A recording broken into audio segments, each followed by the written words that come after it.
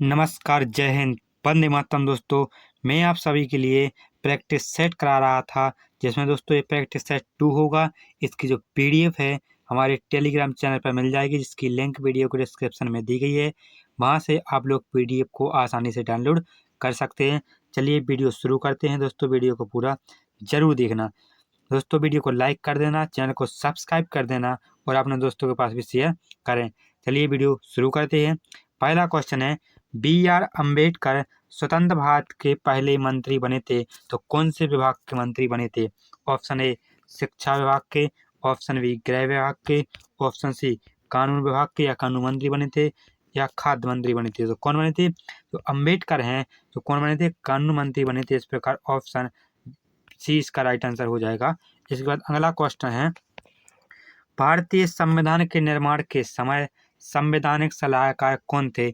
Option A Sardar Vallabh Bhai Patel, option B Pandit Jawaharlal Nehru, option C BN. Rau, option D MN. Roy. तो जो संविधान निर्माण के समय जो संविधान सलाहकार थे वो बी.एन. राव थे। इस प्रकार ऑप्शन सी इसका राइट आंसर हो जाएगा। इसके बाद अगला क्वेश्चन है, संविधान निर्माण से संबंधित विभिन्न कार्यों के लिए संविधान सभा द्वारा कितनी मुख्य समितियों का गठन किया गया था? Option A 9, option B 7, option C 8, option D 4। तो संविधान निर्माण से संबंधित जो विभिन्न कार्यों के लिए जो समितियां बनाई गई थी, जो मुख्य समितियां बनाई गई थी, वो टोटल 8 समितियां बनाई गई थी। इस प्रकार ऑप्शन सी इसका राइट आंसर हो जाएगा। इसके बाद अगला क्वेश्चन है, निम्नलिखित में से कौन से विटामिन मानव शरीर में संश्लेषित किया जा सकता है? माने कौन से विटामिन को मानव शरीर में बनाया जा सकता है, संश्लेषित किया जा सकता है? Option A vitamin A, vitamin A, vitamin C, vitamin E और विटामिन बी3। तो किसका निर्माण किया जा सकता है मानव बॉडी के अंदर? तो दोस्तों विटामिन बी3 का किया जा सकता है। इस प्रकार ऑप्शन डी इसका राइट आंसर हो जाएगा। इसके बाद अगला क्वेश्चन है, निम्नलिखित में से किसमें विटामिन ई भरपूर मात्रा में पाया जाता है? ऑप्शन ए सेब में, ऑप्शन बी अमरूद में, ऑप्शन सी अंगूर में, ऑप्शन डी एवोकाडो। तो किस में पाया जाता है जो विटामिन ई है वो भरपूर मात्रा में एवोकाडो में पाया जाता है। इस प्रकार ऑप्शन डी इसका राइट आंसर हो जाएगा। इसके बाद अगला क्वेश्चन है, माँ का दूध नवजात को लगभग संपूर्ण आहार प्रदान करता है, किंतु इसमें निम्नलिखित का अभाव होता है। किसका अभाव होता है? लोहे का अभाव होता है, कैल्शियम का अभाव होता है, या मैग्नीशियम या पोटेशियम का? किसका अभाव होता है? तो दोस्तों लोहे का अभाव होता है, इसमें आयरन नहीं पाया जाता। इस प्रकार ऑप्शन ए इसका राइट आंसर हो जाएगा। इसके बाद अगला क्वेश्चन है, मज्जा यानी कोलेजन के गठन में कौन सा विटामिन मदद करता है? ऑप्शन ए विटामिन ए करता है, ऑप्शन बी विटामिन बी करता है, या विटामिन बी12 करता है, या विटामिन सी करता है? तो कौन करता है? तो विटामिन सी कोलेजन का गठन करता है। इस प्रकार ऑप्शन डी इसका राइट आंसर हो जाएगा। इसके बाद अगला क्वेश्चन आता है, पोषण की वह कौन सी विधि है जिसमें जीव मृत और क्षयकारी पदार्थ से पोषक तत्वों को घोल के रूप में ग्रहण करता है? ऑप्शन ए स्वपोषी पोषण, ऑप्शन बी विषमपोषी पोषण, ऑप्शन सी परजीवी पोषण, ऑप्शन डी मृत पोषी पोषण। इसका जो राइट आंसर है वो क्या हो जाएगा? मृत पोषी पोषण। इसके बाद अगला क्वेश्चन है, निम्नलिखित में से कौन सा विटामिन शरीर में कैल्शियम की मात्रा में वृद्धि करता है? Option A vitamin E, option B vitamin A, option C vitamin C, option D vitamin D. तो कौन सा विटामिन है जो मानव शरीर में कैल्शियम की मात्रा में वृद्धि करता है या कैल्शियम की मात्रा को बढ़ाता है? तो विटामिन डी बढ़ाता है। इस प्रकार ऑप्शन डी इसका राइट आंसर हो जाएगा। इसके बाद अगला क्वेश्चन है, निम्नलिखित में से कौन सा ओमेगा 3 वसा अम्ल का सबसे अच्छा स्रोत है? ऑप्शन ए अनाज का तेल, option B sardine, option D pork, option D गेहूं उत्पाद। तो इसका जो राइट आंसर है वो क्या हो जाएगा? सार्डिन है जो ओमेगा 3 वसा अम्ल का सबसे अच्छा स्रोत है। इसके बाद अगला क्वेश्चन आता है, दक्कन का पठार एक त्रिकोणीय आकार का पठार है, उत्तर में किस श्रेणी से घिरा हुआ है? अरावली श्रेणी से घिरा हुआ है, या सतपुड़ा श्रेणी से घिरा हुआ है, या पश्चिमी घाट से घिरा हुआ है, या विंध्य श्रेणी से घिरा हुआ है? तो इसका जो राइट आंसर है वो सतपुड़ा श्रेणी से उत्तर में घिरा हुआ है। इस प्रकार ऑप्शन बी इसका राइट आंसर हो जाएगा। इसके बाद अगला क्वेश्चन है, हिमालय के बाह्य भाग को भी कहा जाता है, क्या कहा जाता है? शिवालिक कहा जाता है, या बोमडिला कहा जाता है, या पामी नोट कहा जाता है, या पीर पंजाल कहा जाता है। इसका जो राइट आंसर है वो क्या हो जाएगा? हिमालय के बाह्य भाग को भी कहा जाता है। क्या कहा जाता है? तो इसको शिवालिक कहा जाता है। इस प्रकार ऑप्शन ए इसका राइट आंसर हो जाएगा। इसके बाद अगला क्वेश्चन है, हिमालय का इनमें से कौन सा पहाड़ी दर्रा उत्तराखंड को तिब्बत से नहीं जोड़ता है? सिपकीला दर्रा, माना दर्रा, या मुलिंग दर्रा, या नीति दर्रा।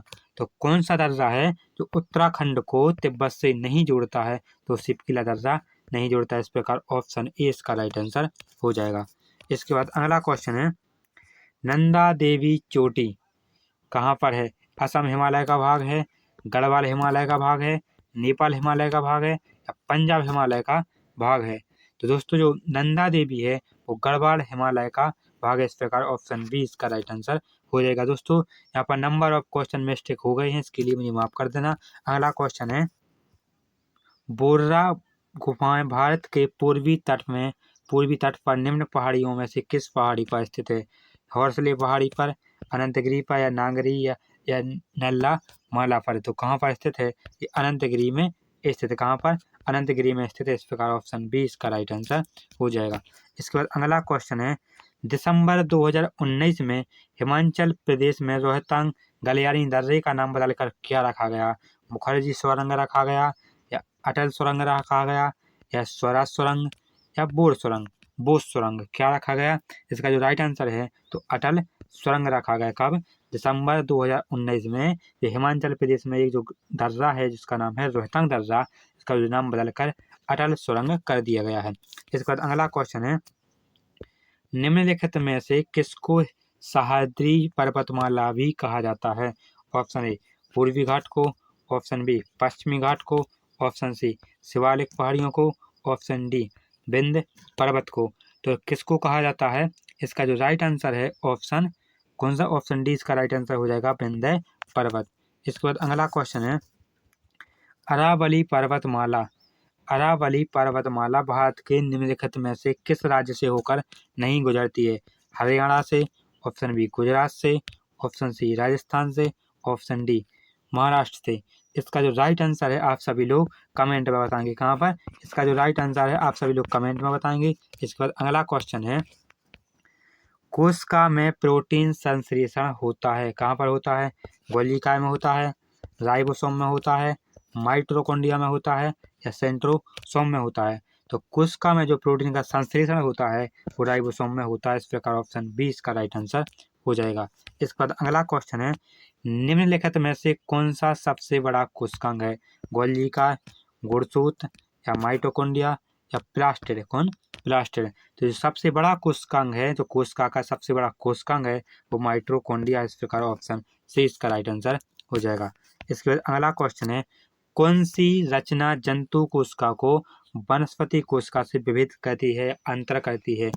Option A mitochondria, option B centromere, option C centriole, option D ribosome. इसका क्वेश्चन आप लोग कमेंट बॉक्स में बताएंगे। दोस्तों मैंने आपको 2 क्वेश्चन छोड़े हैं, इसके आंसर आप सभी लोग कमेंट बॉक्स में बताएंगे। इसके बाद अगला क्वेश्चन है, कौन सा अंगक प्रायः जंतु कोशिका में उपस्थित नहीं होता है? अंतःप्रद्रव्य जालिका, या लवक, या गोलिका, या फिर माइटोकॉन्ड्रिया। तो जो जंतु कोशिका में क्या नहीं पाया जाता, कौन सा कोशिकांग नहीं पाया जाता है या अंगक नहीं पाया जाता है? तो लवक नहीं पाया जाता। इस प्रकार ऑप्शन बी इसका राइट आंसर हो जाएगा। इसके बाद अगला क्वेश्चन है, कोशिका का ऊर्जा ग्रह या पावर हाउस किसको कहा जाता है? माइटोकॉन्ड्रिया को, राइबोसोम को, या गोलिकाय को, या न्यूक्लियोलस को? न्यूक्लियोलस को क्या कहते हैं? इसको केंद्रीय भी कहा जाता है। दोस्तों तो जो कोशिका का जो पावर हाउस है, जो ऊर्जा घर है, जो विद्युत घर है, जो बिजली घर है, वो माइटोकॉन्ड्रिया को कहा जाता है। इस प्रकार ऑप्शन ए इसका राइट आंसर हो जाएगा। इसके बाद अगला क्वेश्चन है, न्यूक्लियस के बाहर डीएनए कहाँ पर मिलता है? अंतःप्रद्रव्य जालिका में मिलता है, या गोलिका में मिलता है, राइबोसोम में मिलता है, या माइटोकॉन्ड्रिया में मिलता है? तो न्यूक्लियस के बाहर यानी कि केंद्रक के बाहर डीएनए कहाँ पर मिलता है? तो माइटोकॉन्ड्रिया में मिलता है। इस प्रकार ऑप्शन डी इसका राइट आंसर हो जाएगा। इसके बाद अगला क्वेश्चन है, यदि माइटोकॉन्ड्रिया काम करना बंद कर दे, यदि माइटोकॉन्ड्रिया काम करना बंद कर दे तो कोशिका में कौन सा कार्य नहीं हो पाएगा। कौन सा कार्य नहीं होगा कोशिका में? भोजन का अपकरण नहीं होगा, भोजन का ऑक्सीकरण नहीं होगा, भोजन का पाचन नहीं होगा या भोजन का अपशोषण। दोस्तों यदि माइटोकॉन्ड्रिया काम ना करे या नष्ट हो जाए तो कौन सा कार्य नहीं होगा? तो भोजन का ऑक्सीकरण नहीं होगा। इस प्रकार ऑप्शन बी इसका राइट आंसर हो जाएगा। दोस्तों ये रहे इम्पोर्टेंट 26 क्वेश्चन जो एग्जाम में बार बार आने की बहुत अधिक चांस है। दोस्तों वीडियो को लाइक कर देना, चैनल को सब्सक्राइब कर देना और अपने दोस्तों के पास शेयर अवश्य करें। इसकी जो PDF है हमारे टेलीग्राम चैनल पर मिल जाएगी। इसका नाम है, आपको जिसकी लिंक है वीडियो को डिस्क्रिप्शन में दी गई है। मिलते हैं अगले एक और ऐसे ही वीडियो में। तब तक के लिए जय हिंद, जय भारत, वंदे मातरम।